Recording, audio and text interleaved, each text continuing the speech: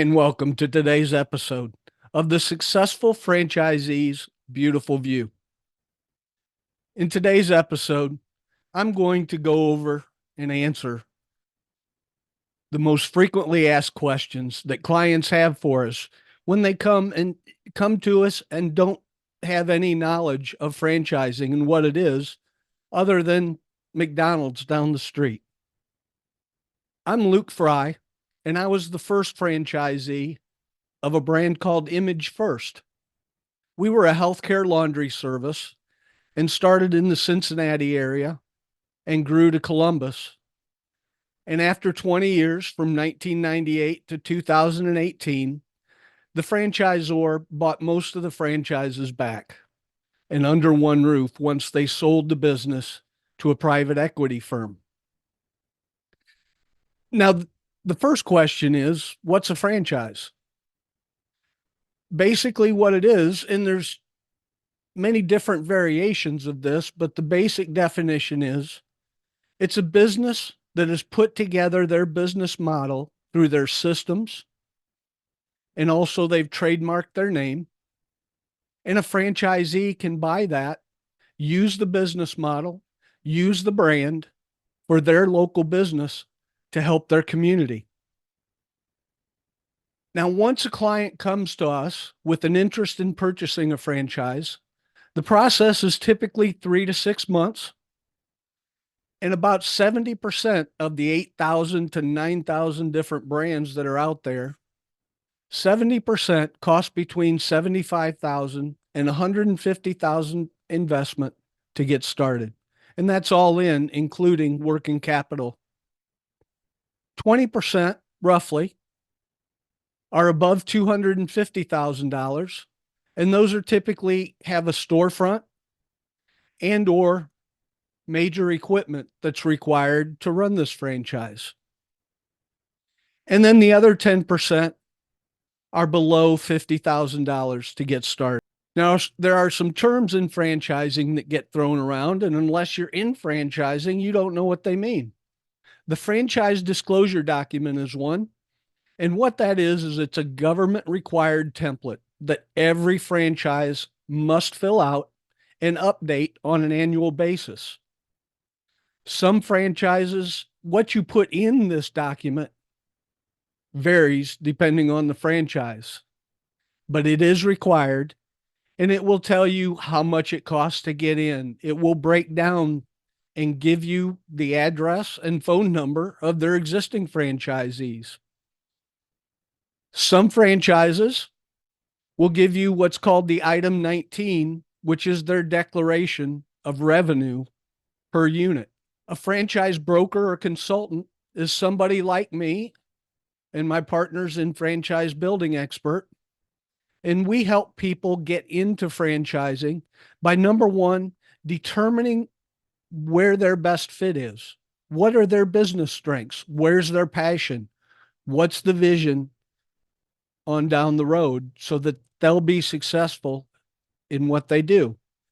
That's our first role in helping our client.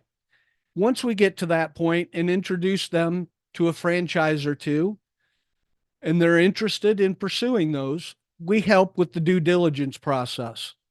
We help with the questions that they should be asking the franchisor so that all of their questions are answered, and even questions they didn't even know they had, but that are very important once you get into the franchise business. Discovery Day is during the due diligence process. It's where the franchisor will invite a potential franchisee who they are excited about, think that they'll be a good fit and be successful with their brand. They'll invite that person out to their location and spend a day with them. Most franchisors will have it in person, and you'll follow around an existing franchisee to see what their daily activities are. Some franchisors do Discovery Day through remote, through Zoom. Now, with most franchise systems, Through the due diligence process, you'll work with what's called the franchise developer. It's the salesperson for the franchise that helps you understand and know exactly what the franchise is all about, what the costs are, and how they work with their franchisees. Now, there are several different types of franchisees. One is an owner operator. And for the most part, that's what I was, especially in the initial years with Image First. And most franchisees get into franchising as an owner operator. That means that you are forward facing with the customers and clients, and you're working on the business and in the business on a daily basis. Another type of franchise ownership is a multi-unit owner.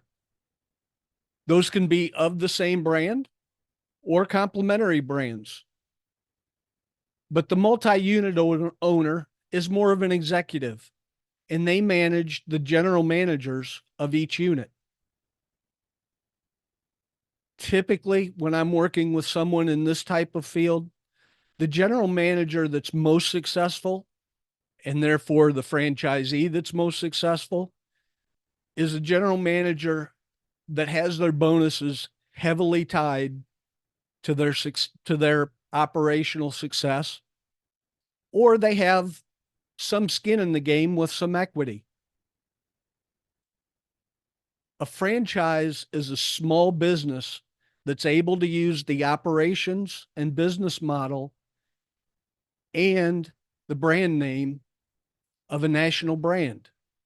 But it's a small business. And because of that, constant turnover has a horrible effect on a small business franchise. There's also what's called an area developer.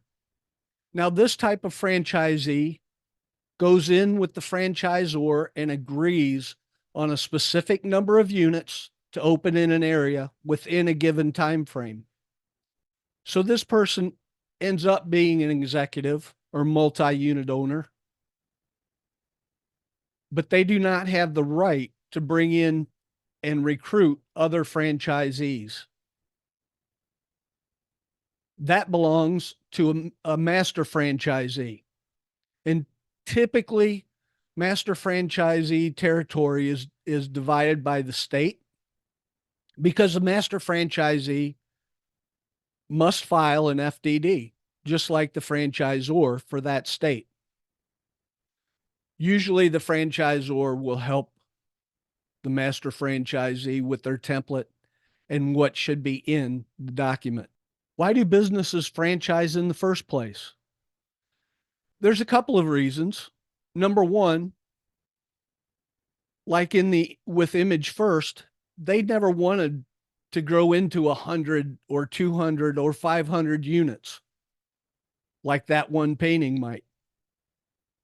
Image First wanted to expand their business through franchising, thereby reducing their risk of capital equipment, hiring people outside of the Pennsylvania area, which is where they were located, and growing through franchising. Then after 20 years, the father and son business sold it to a private equity firm, which then purchased most of the franchise back into the fold under one company roof. The second reason that a business franchises is because it's a small business, say a home service business, that thinks they have an excellent and unique business model that they can expand across the U.S. And they do so because it's still a small business, but it's a model that thrives in a community. Franchising is not complex. It sounds like it is, but it's not. The complexity comes in the nuanced differences between the franchise brands and how they are successful. Our mission with Franchise Building Expert is to ensure that our clients have the best opportunity to succeed in their entrepreneurship through franchising. Please like, share, comment, and subscribe to the channel that I update every week. Stay safe and win every day.